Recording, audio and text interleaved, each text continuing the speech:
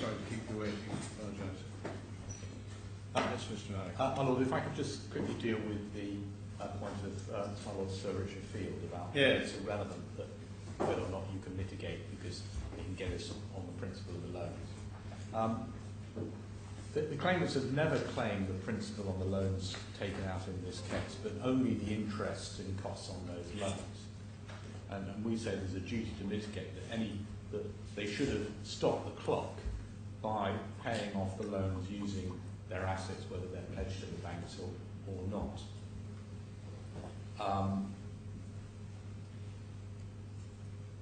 They did not mitigate, and now it's saying, well, actually, you're back in the same position as before, maybe even worse, because they can claim for the cost of the actual investments used to repay the loans. But that would be a claim for a theoretical loss that they've never claimed. In effect, that you would be giving them the cost of the loans, which they've never claimed at all.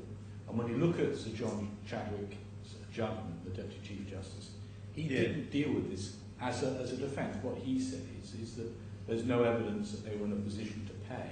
He didn't say, look, this point's irrelevant, because if they repaid, you can claim the cost of repayment.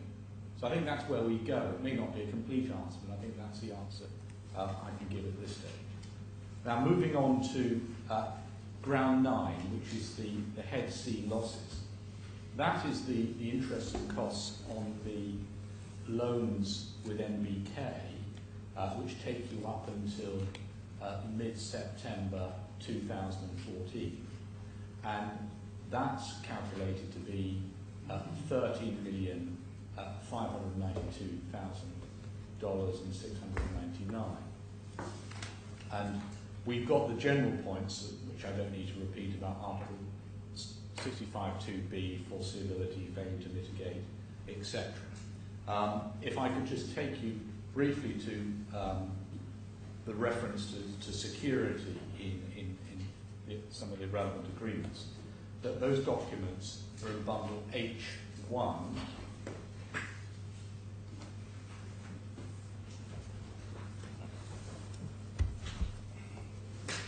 The first one is at tab 146.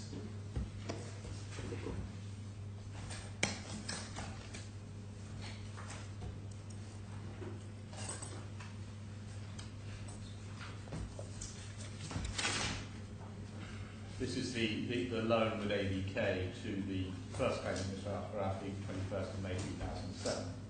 And you can see that this loan, 30 million, and it's secured by 8 million odd shares. So if you look at page 4863, under clause 7, the security is a personal and joint guarantee of his mother. So you can see this cross liability between the two, and it's a pledge of 8.4 million NBK shares. So those are the shares for that. Then we have bundle H2. So if we put this one away,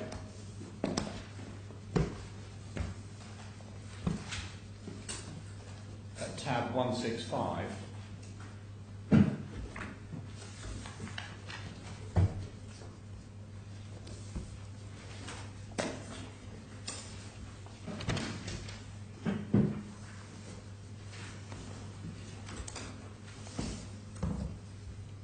This is a $30 million loan, 8KB for the first claimant. And then again, if we look at 5416, you'll see that the same shares are the security for the loan under clause 12.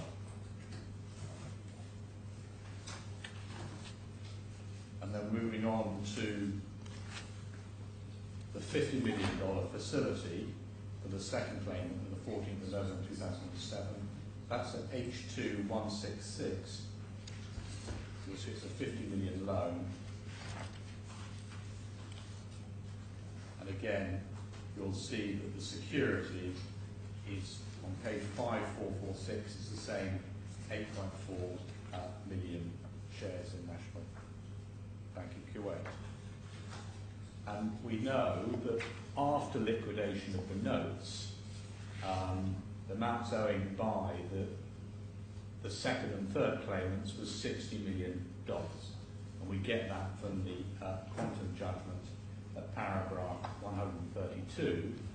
And the judge, as you know, held it would have been a lot less were it not for the $39.1 million of personal expenditure, and he accounted for that in the way we discussed. So you just give me the paragraph number again. It's 132. Thank you.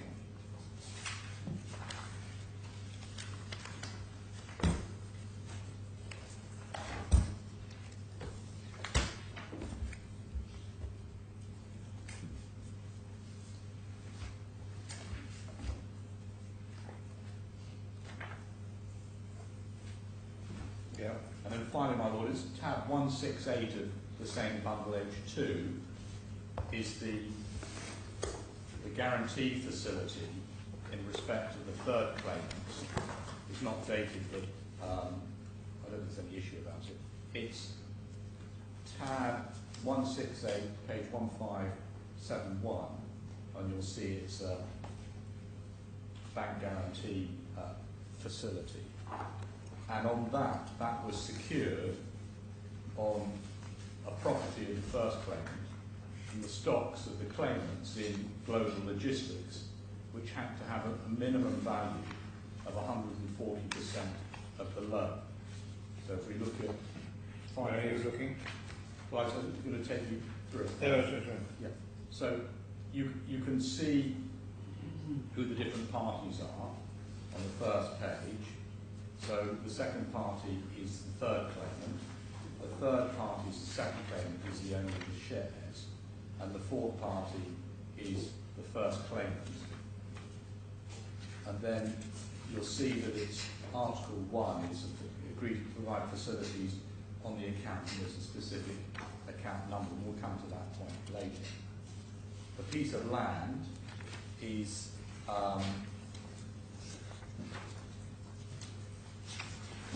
one piece of land, 5477,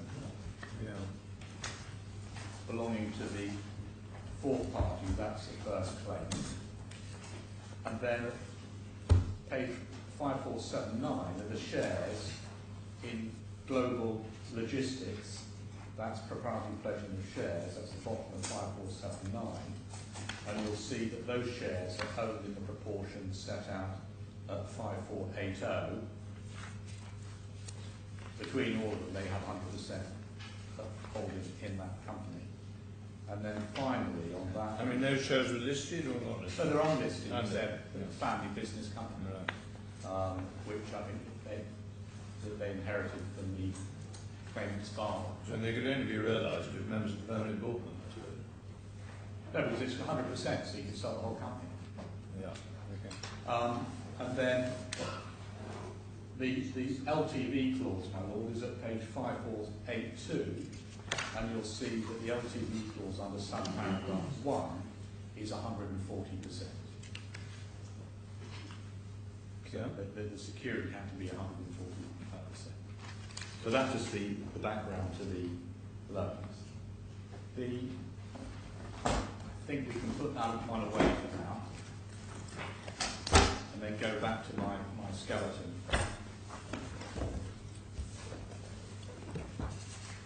And we're now at paragraphs 37 to 42 of my skeleton, dealing with the Head Sea losses.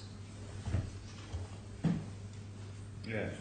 And as you'll see, the specific sum here in issue is the sum of $4,373,623 out of a claimed interest figure of $6,337,957 in respect of a loan or an obligation of $27.5 million from AKB. And what the judge did is he deducted $2,004,333 from the claimed figure on the basis of the personal borrowing set-off, as explained at paragraph 144 in the judgment. So if you look at that, my lords.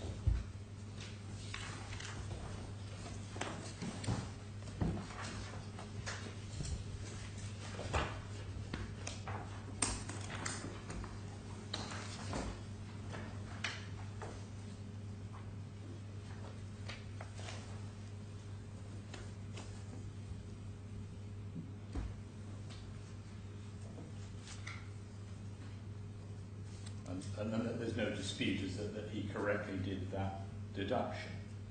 The issue here, my lords, is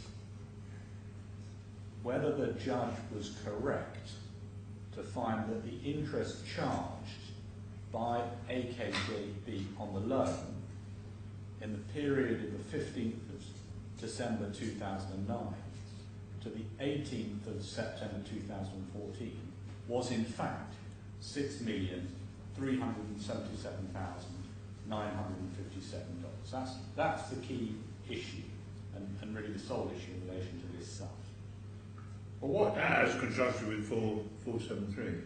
Yeah, because the 473 is an accurate figure if the 6.3, because the claim figure was 6.3 million. Right. And the judge said, you can't get all that because of the personal payment provision, Right. which we just dealt with. He says, you've got to have a haircut of just over 2 million. Now, with the haircut, it takes you to that figure of 4,373,623. But the issue is that 6 million figure a justifiable claim in the first place? And what happened was that the relevant bank account had a number. We know what the number was because it's in the agreement with C3, but they didn't produce the relevant bank account statements from AKB. And what we have is that this was highlighted as a deficiency relatively early on. And if we look at bundle C1 at tab 74,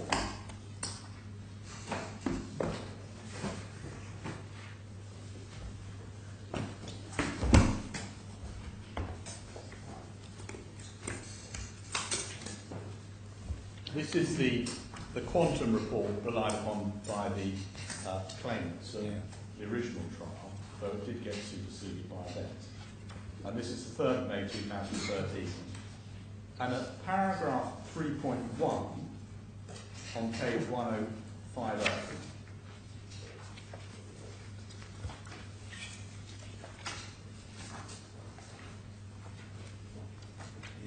you can see on 3.1 the last 4 lines. We note the claimants are likely to have ongoing liabilities for AKB for interest accruing after the 14th of December 2009 on account of C3. However, we do not have statements showing these interest charges have not been instructed to perform any calculation to estimate these interest charges. So that was the position at trial.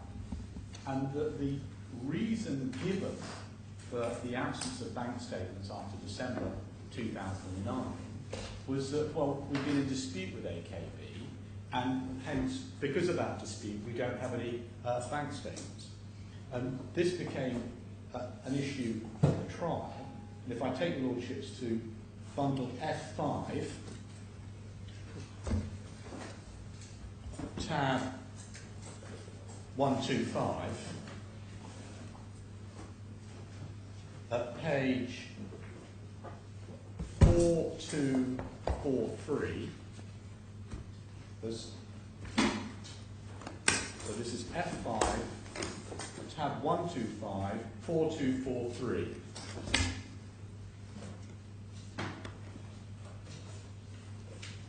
And you'll see the judge didn't think very much of the explanation of the absence of bank statements.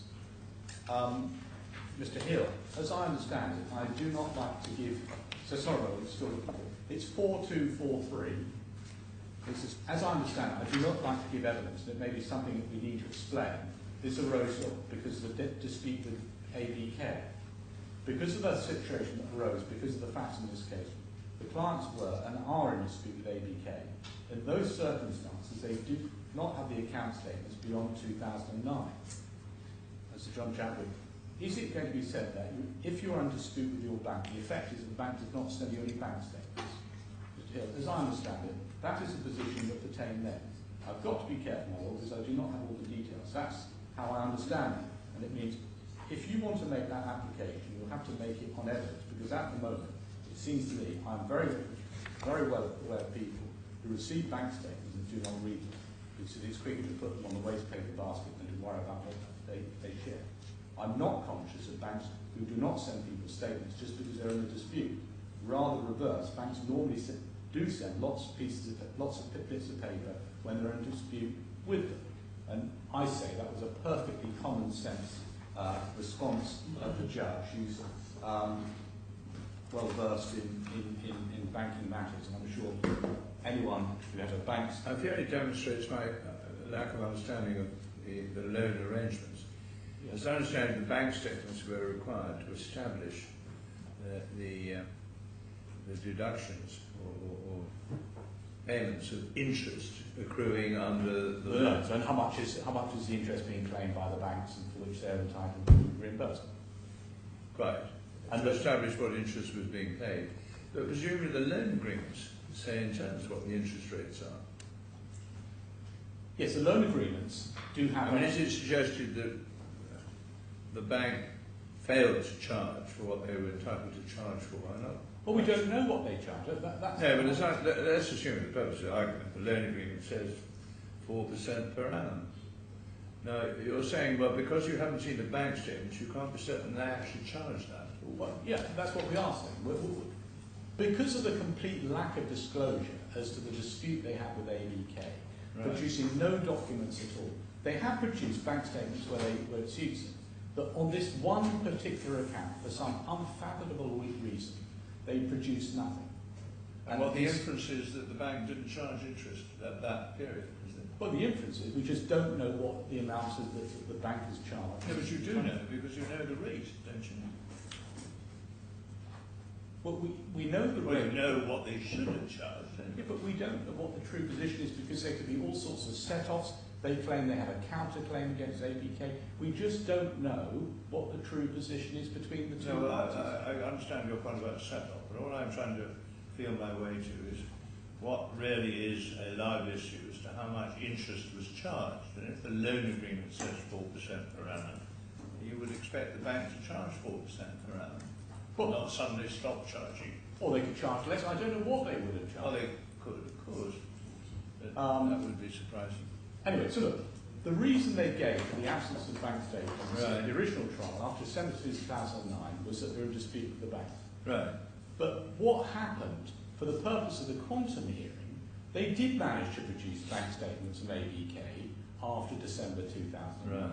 But what they didn't produce are the bank statements in relation to the C3 account, the third claimant's account. And we say that's very, very strange that what they did. But what they did, instead of giving us the primary evidence, which is the bank statements, right, any document from the bank claiming the interest, they procured from the head of the Capital Execution Department, which Sir John Chadwick said, this is a judge with greater powers than I, in the Ministry of Justice of Kuwait, this document dated the 10th of October 2012, which the judge accepted as sufficient evidence. So if we look at the judgment, and then we'll look at the document. Yeah.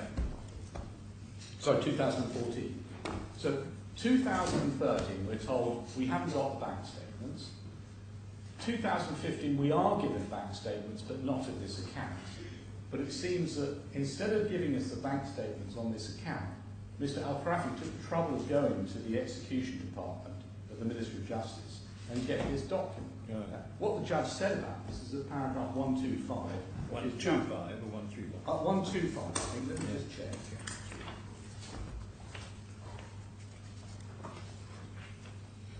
Yes.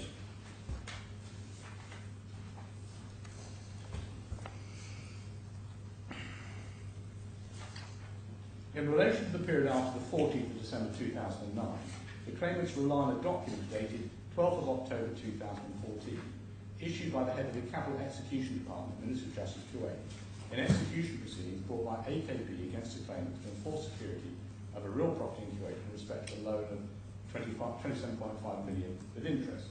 The document records that the interest on the loan over the period from the 15th of December 2009 to 18th of September 2014 in the amount of $6,377,957. Notwithstanding the criticisms of this evidence by the defendants, and in particular the observations of paragraph 4.2 of the KPMG February 2015 report, where it is said correctly that the document 2nd October 2014 fails to provide details concerning the calculation of interest in that amount, I accept the document as sufficient interest of the interest charged by ABK over the period stated.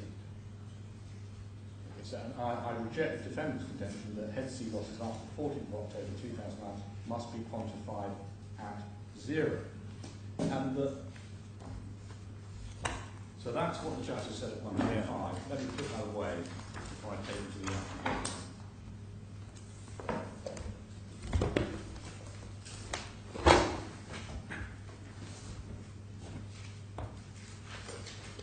And so the judge awarded that 6.3 million solely on the basis of that certificate. And if we look at bundle F3, tab 128,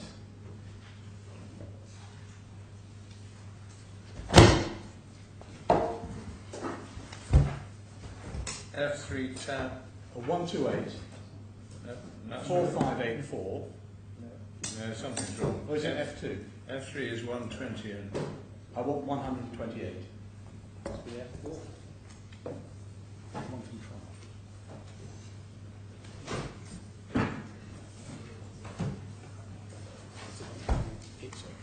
no, F5. Maybe I'm just reading my. Have a look. I'll see if I can find it. 4584.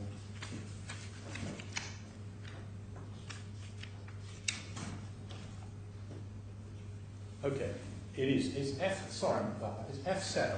F7. Yeah, F7. I didn't break my back. I'm glad you didn't, but it was my fault. F7. Yes.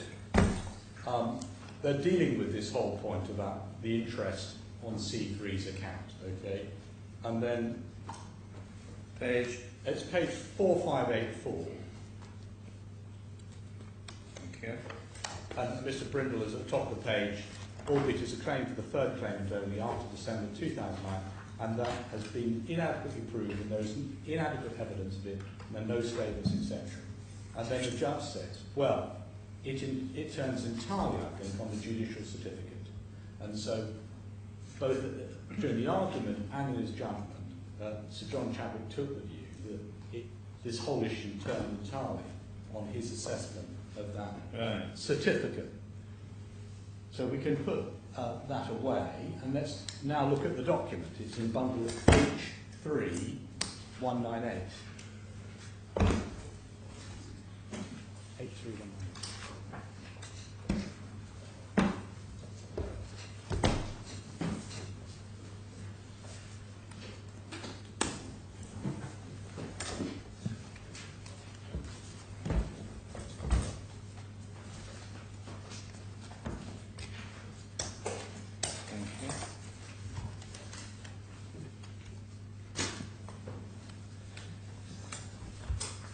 The original version is at 5855 for His Excellency. You can work with it, prefer to work from that. But here's the certificate. It's Public Execution Judgment, Ministry of Justice. And then it says loan amount is $27 million. Amount US dollar 26,808,170.79. So we don't know how they got to that figure.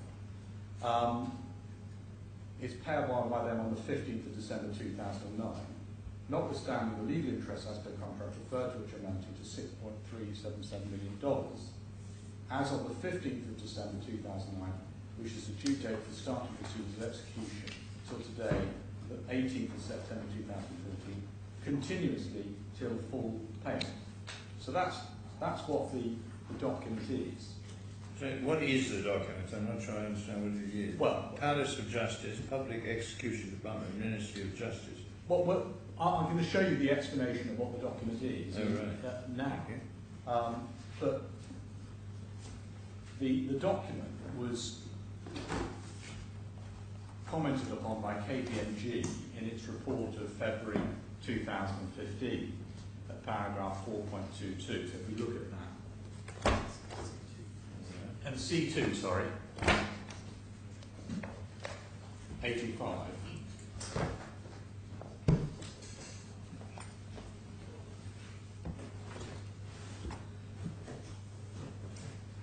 Sorry, you have to repeat the reference, would you? Sorry, it's C2, Yeah. tab 85. It's paragraph 4.22, Thank you. and that's at page 1554. The claimant's claim for fees and interest charged by ABK after 14th December 2009 to September 18th, 2014 is the 6.3 million. We did not receive conclusive evidence which supports this claim, and therefore this amount cannot be reconstructed with the information provided to us. And then they refer to the footnote saying their addendum report, they provided a full document request list. These documents are the minimum requirements for the assessment of this claimed amount. The addendum Griffin report. So could you just repeat what page you're on? 1554. Thank you. And I'm just reading from under 4.22. Right. And the addendum Griffiths report refers to the amount provided in what is stated by Griffiths to be a court order dated 12th of October 2014. So Griffiths has treated it, and we're all led to believe it was a court order requiring payment of that sum. In the settlement of the 27.5 million guarantee, which was debited to her ABK account on the 14th of December. Neither the addendum Griffiths report nor the document dated 12th of October 2014 referred to by Griffiths provide more details concerning the calculation of the interest of $6.3 million. In order to reconcile this total amount with the fees and interest as charged by ABK, we require the ABK account statements of Mr. Alia, that's the third claim, as of 2009 to present, or a detailed calculation of the interest given in the above-mentioned documents. Since we have neither been provided with a bank statement which show the actual interest being charged by ABK to Mrs. Alia, nor evidence that the interest was paid, we have insufficient information to confirm the claimed amount. As a consequence, we assess this head of claim to be zero. And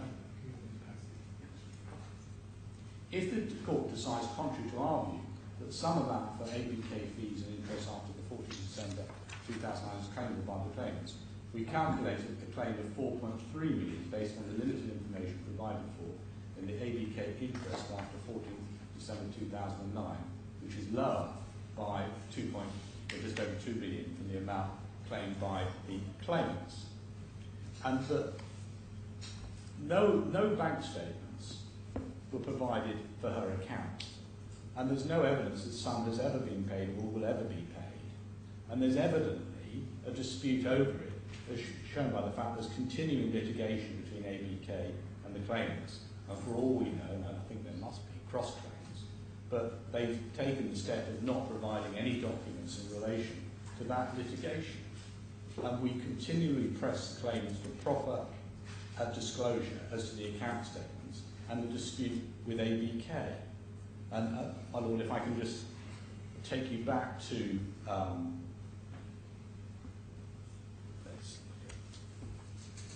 one tab to the addendum report from 10th January 2015 of KPMG, they refer to the documents that they needed to justify the charges post the 14th of December. And that's at 2.1 of page 1536. And you'll see, you turn over, if you just flip through page 1536, 1537, that's the material that we're seeking in relation to the accounts and the litigation, and we didn't get that. And then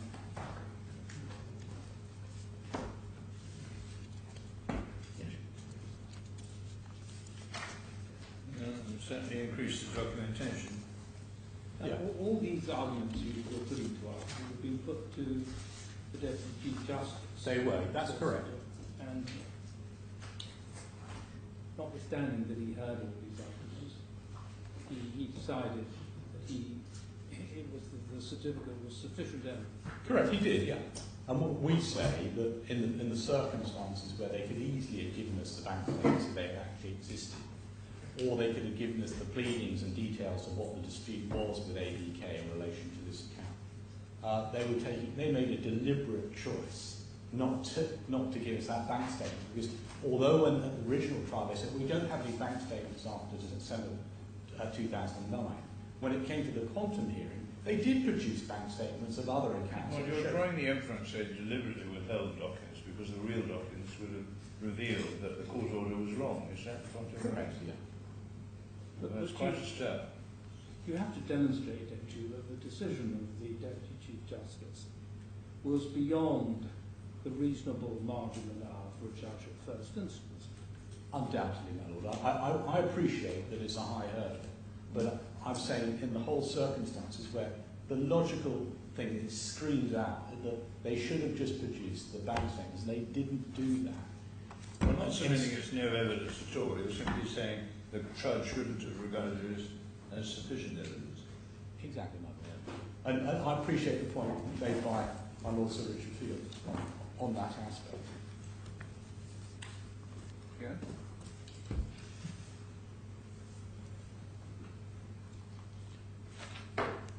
Yeah. Now, shall we now look at what Mr. Al-Khorfi said about the certificate? Because that's quite illuminating. We start off at bundle F7, tab 127.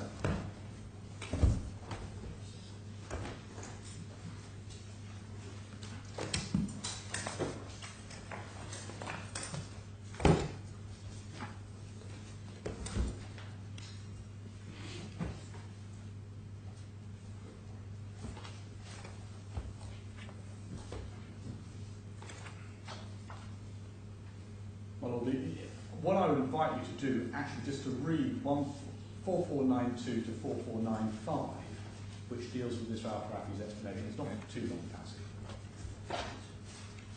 So 4492 to 4495. Okay. Well, this is the interpreter's. Yeah, it's the interpreter saying what the interpreter is being told by Mr. Al-Khorfi. So this is Mr. Al-Khorfi's third page. So in fact, this is what the witness is saying. This is what the witness is saying. It's just somehow that.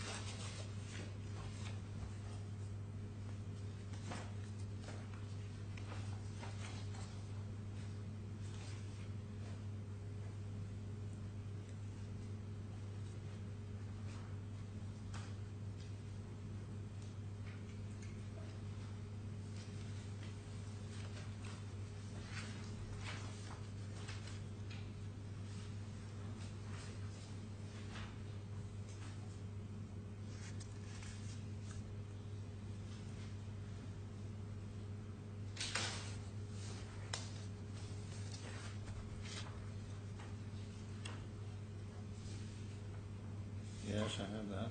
Yeah. And in relation to the equated proceedings, we did ask for the pleadings and the documents, and we never got that. But what do we know about the certificate and how the interest was calculated? We get from the next page. Certificate put to in the middle of the page. Yes, Mr. President. Regarding the amount, I only went to the government official, which is the Ministry of Business in Kuwait. I had mentioned to them the amount of the loan. Where the employee there has written 26 million, like 800,000 decimals, this is up to him. I only refer to the government execution and the rank of things they have to write and accept. And Mr. Brill says, well, it says, though, notwithstanding the legal interest as per contract referred to amounting to 6.377 billion. It says, yes. Do you know how that sum was calculated, Mr. Al-Khorfi? Honestly, I don't know. Mr. Brennan, you have no idea at all. And he says, I am the last one to ask you about mathematics. I suggest to you, because you've given us an explanation about the procedure and how it works, there must be some bank statements, must there not, on which whoever produced this certificate was able to calculate the amount of interest outstanding. And he says, as you can see, at the bottom of the document, there's the councillor Muhammad al-Sami. He is one who has signed the document. He is a judge in Kuwait and everywhere else. Judges are unapproachable. You're not supposed to go and talk to judges after you or ask them, how did you come to this calculation? I could not do that. He's the government authority. I just have to accept what they've written. That's what I'm doing. So he's got no clue as to how it's calculated. And then when he was asked, well, couldn't you get the details of the calculation from the court? We'll see the documents. And that's at page 4502. And at the bottom of the page,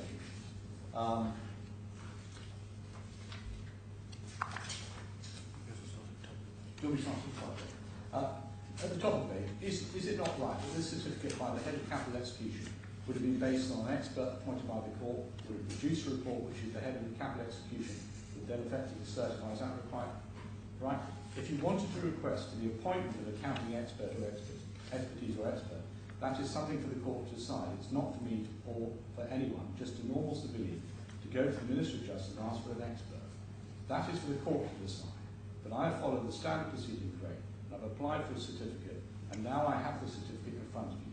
That is done by the procedure for the execution part of the sale. But regarding the court case, this is something very, very in the hands of the court. Mr. Britton, I suggest that you could, if you wanted, obtain access to the court file to find what the calculations were behind the certificate. Is that not right? Yes, you are right. But this one might take at least 3 years because the proceedings in Kuwait will take a long time. Well, that's just an incredible answer that a party to litigation would take him 3 years to have access to the court file. And I'm sure His Excellency's got a great deal more experience in how courts work in these jurisdictions, would know that it doesn't take 3 years to have access, and a party should be able to get access to a file. The court file will, with no difficulty. Otherwise, there's no transparency at all in justice.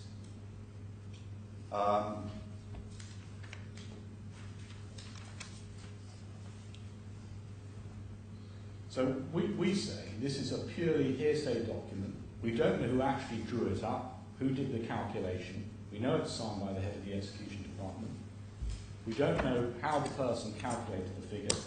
We don't have the maker of the document as a witness. And the only person who produced it is the first claimant who procured it but cannot explain how it's being calculated. Well, have you done your own calculation on the basis of the terms of the loan agreement, taking the rate there and the principal sum and the period in question, and compare that with what's in the certificate? The short answer is no, I would. Maybe I should do. Yeah. That might be quite an interesting exercise. Yeah. But the thing is, that in the absence of what would one ideally want to see in a case like this? Are the bank statements which show what the principal is, what the amount is, the amount of interest charged. Instead, we have this document, which is a deliberate shorthand. When it's pointed out you don't have bank statements, they say, well, we're in dispute with the bank, they're not providing us any bank statements. And then in 2015, they turn up with a whole load of bank statements, but not the relevant bank statement. And to fill in that gap, we get this certificate. We say that's a very unsatisfactory approach, where we have no clue at all what's been going on in the proceedings in Kuwait, what set-offs, what counterclaims have been done, because they've made a deliberate choice not to give us that document. And we say it's highly, if we look at the bank guarantee itself, the bank guarantee itself is at bundle H2168.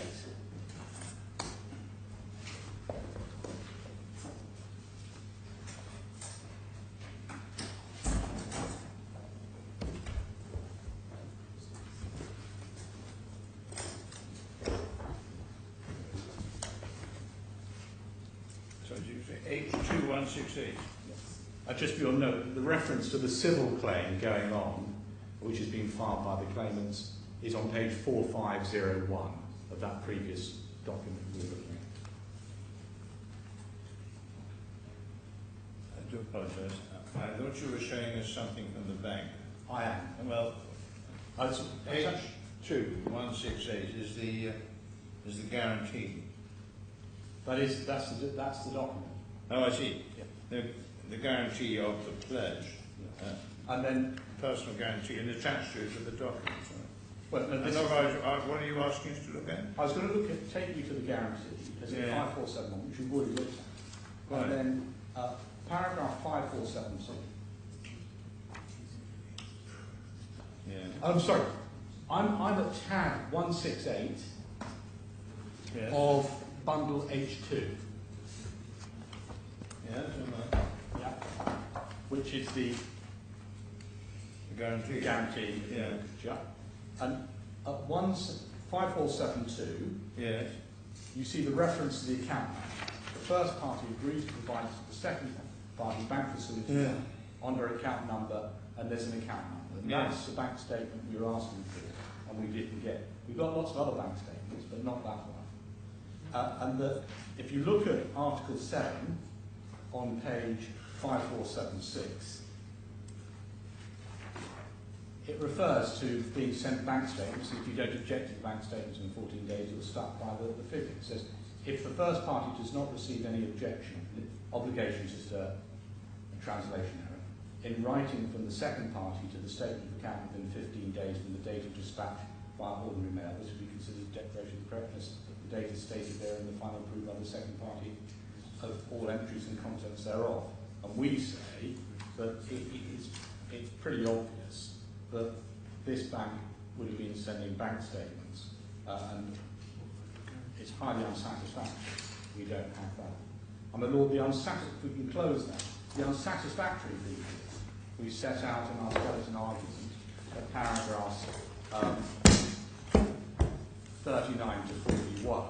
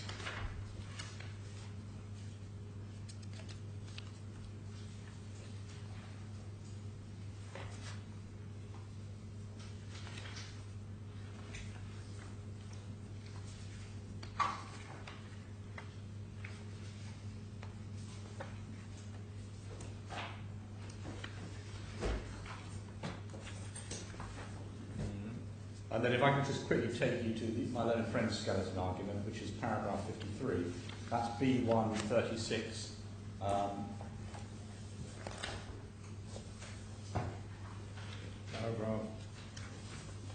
Paragraph 53. Again.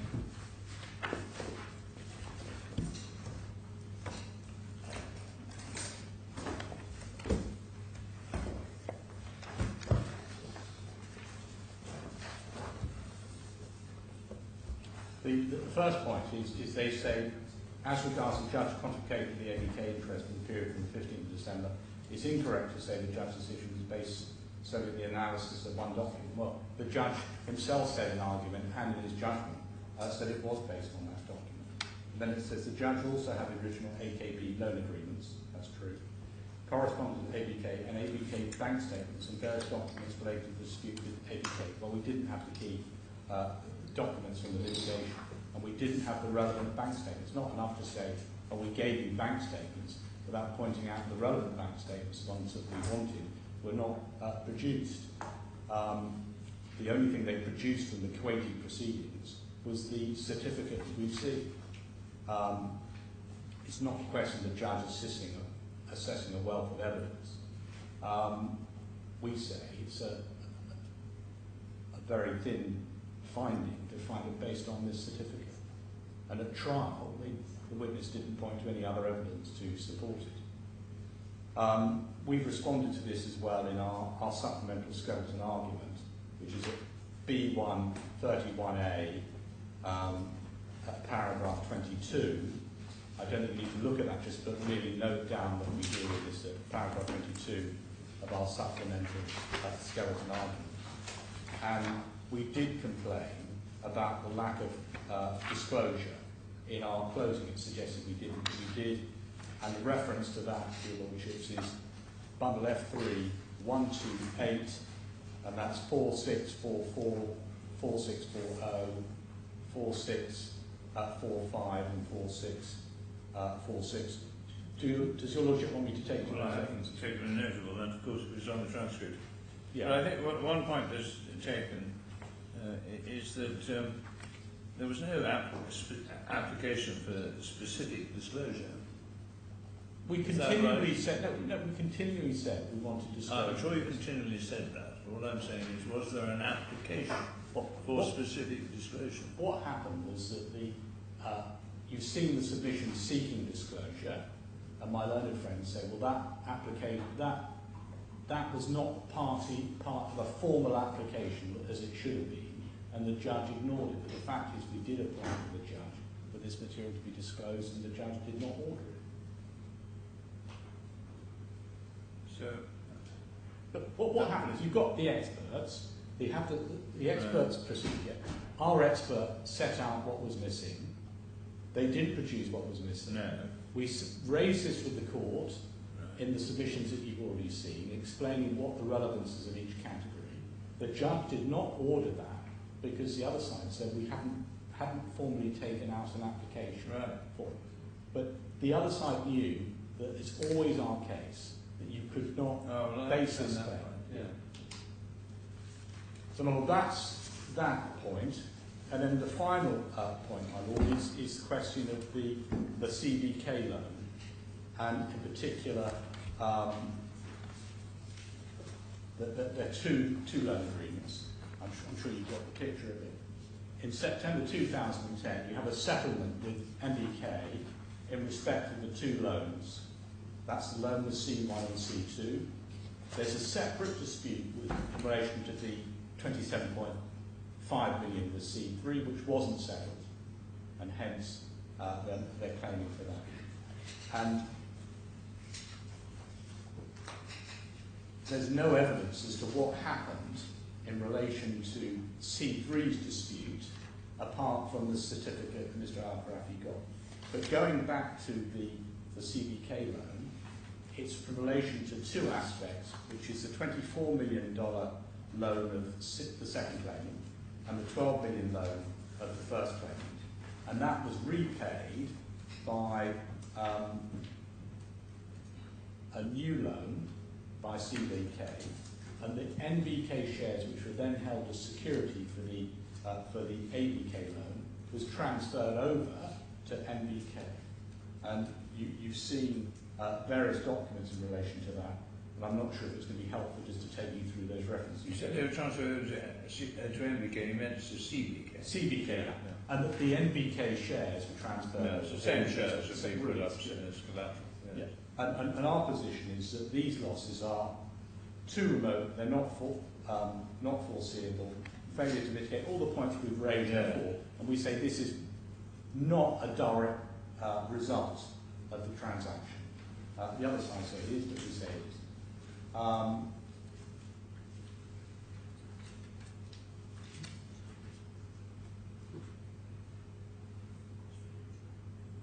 So I don't think I need to go back to the argument about Article 65.2b. But what we say is the money borrowed from CBK was never paid to us for the purchase of the notes. It's not the case that the interest and charges for CBK and losses sustained as a direct result of the payment made to the second defendant. The losses were too remote. All the agreements had already been concluded as between the parties in 2007 and 2008. And here's a loan taken out in September 2010, more than 2 years later.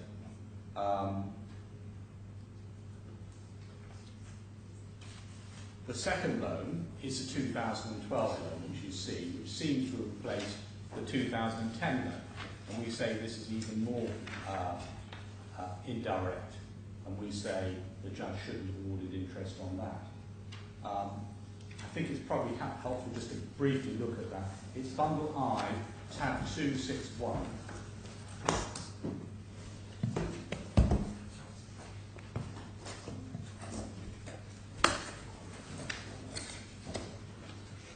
Here we are. Well, we're on ground 10, I'm sure you appreciate that. Yeah. Yes, I understand. Ground 10 is the head fee losses, which is the interest on CBK loans.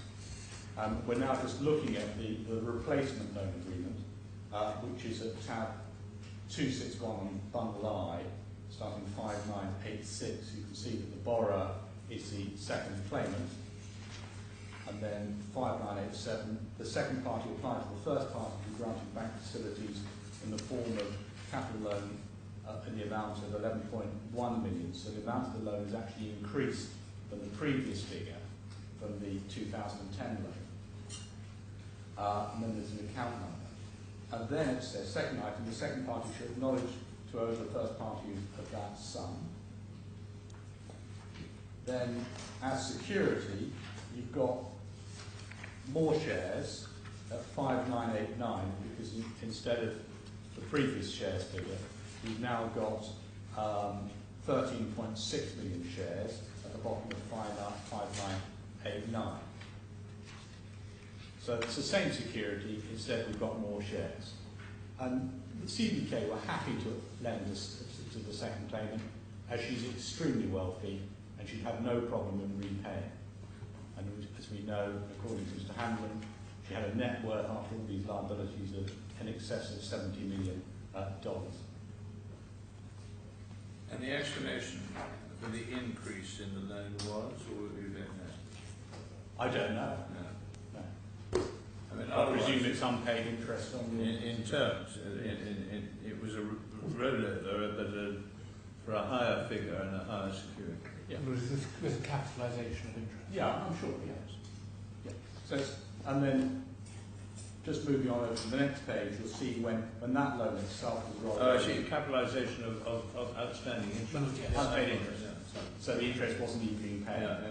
And then on the next page, you'll see that the extension in 2013, the number of shares has increased to 14.3 million. Was there any difference in the loan to value between the original? No, it's 135. It's so you can see the shares have gone down in value. But what you also see is that there seems to be a lot more MBK shares that the second claimant has over and above the 12 million, which was represented to be the position in 2007 when the first claimant gave evidence. So well, those are my submissions. I hope I haven't taken you too long. Do you mind if I ask? Of course you just a piece of information. Yeah. How much principal was due? Let me start again.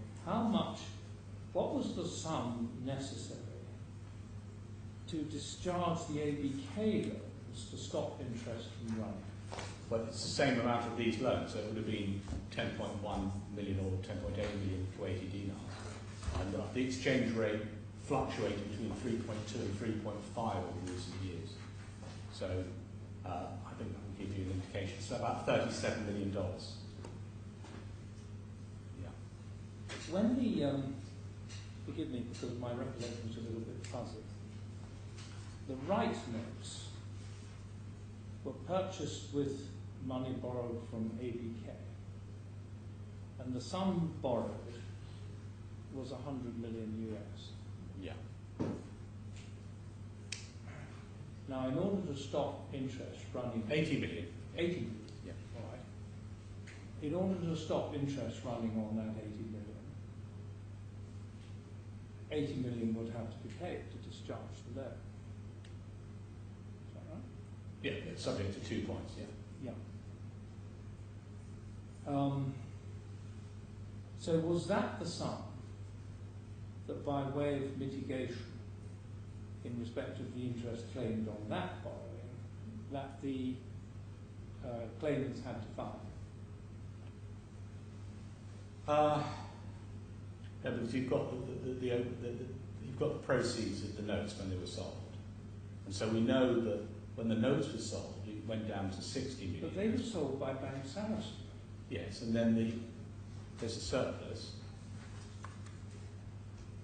Yes. and so the judge says that after the repayment of the notes, I think it's paragraph 132, there's $60 million. And then you have the haircut because he says they could have repaid a lot more because if they'd taken out 39 million odd for personal borrowing. Right. So the sum, just remind me then, the sum necessary to turn off the interest that was accruing on the 80 million borrowed for the right notes was what? Well, see, I ask you because I want to know to what extent did the claimants have to put their hands in their pockets to mitigate as you contend they should have done? Yeah. That's I understand that, but it's a complicated point, and I'll explain why. Because you've got the figure, the $60 million figure that the judge has given in his judgment. After the note's been sold, there's a shortfall of $60 million on the ABK. But in relation to that, he's saying, well, you can't claim for all of that because of the $39.1 million. Yeah. And so you've got a much lower figure. But we do know that as at the time that the CPK loan, the amount outstanding by C1 and C2 was about $37 million. Yeah. But you've got the complicating factor of the adjustments. Yeah. Thank you. Thank you very much. Let me just understand one other point in relation to that.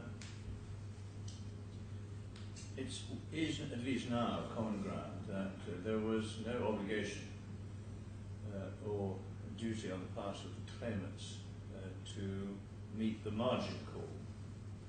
Because they couldn't do it in 24 hours. They couldn't do it in 24 hours. Correct. Yeah. So the transactions are closed and there's a substantial shortfall. Correct. And we're now, let's say, 3 weeks past the time of closure. Yeah. When does this obligation to mitigate by paying off the loan with use of, presumably, the sale of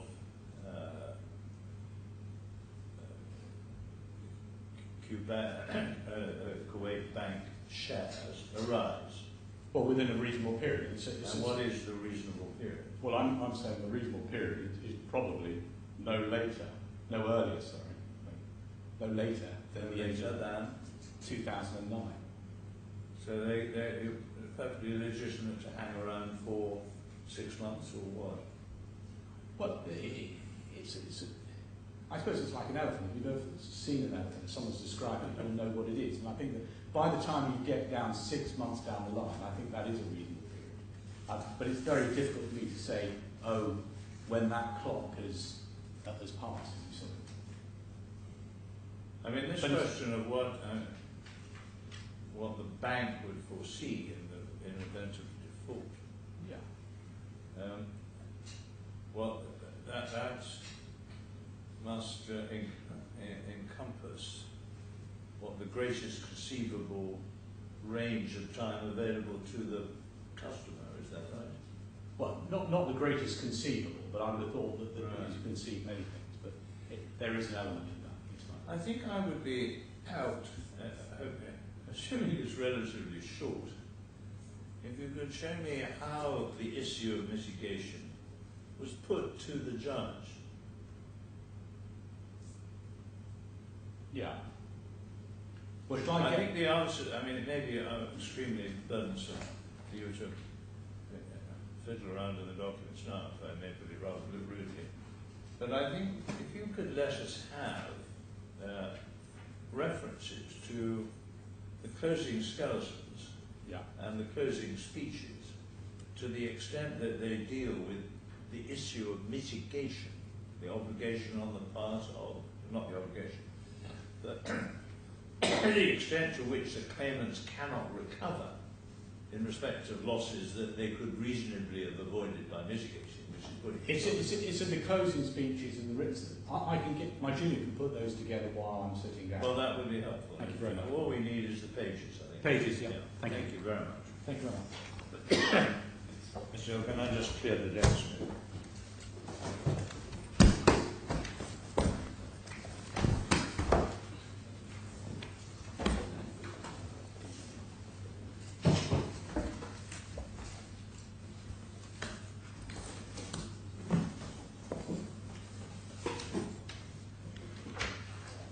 Yeah. Your Excellency, I'll address first 2 points of background and then deal in turn with my learned friend's grant of appeal as far as he still pursues them. The first point of background is just to recall what these investments are, which the court has held to be unsuitable investments and also unregulated business. These were all investments funded by borrowing. The first wave of investments was funded by borrowing from ABK, and it was a condition of ABK's lending that the money went into the Sarasin investment. And the investment was arranged and sold to the claimants on the basis it would be funded by the borrowing. And as the court will recall, the claimants were to have no risk, and they were to be able to repay the borrowing and the interest on the borrowing and have a return on top. And that's what they were told the products would provide. The second wave of investments was similar but funded by borrowing from Bank Sarasin. And that is important background because one of the key questions on this appeal is whether there is a basis for criticising the judge's conclusion that the losses associated with the borrowing were a direct result of paying over the borrowed money in order to make these unregulated investments. The second point of background is to, sorry, I should just say the third wave was of course also funded by further borrowing of C3. The second point of background is just to update the court on where we all are commercially. The first defendant is in liquidation and is not pursuing this appeal. We have been paid what has been referred to as the head A losses, and it may be worth just having the order made of the quantum hearing just to see what those losses are. The order on the quantum hearing is in bundle B1, sorry, A1, and it's tab 3.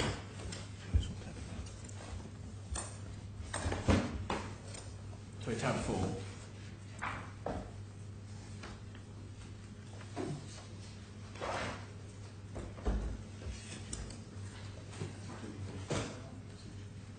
So one should have at tab 3 the order following the liability hearing, tab 4 the order following the quantum hearing. The order following the liability hearing directed the payment of head A losses, and those were the losses on investments. Those have all been paid. We now have an undisputed award against D1 for all of those losses, and it's now confirmed today that the learned friend's client doesn't object. It doesn't try to appeal the quantum of the head A losses. That's paragraph 6, is it? No, which? Well, yes, one sees in the quantum order at tab 4, the first page, the court says what all the head B, C and D losses are. That follows the previous order where the court directed the payment of the head A losses and did so at paragraphs 3 and 5. Yeah.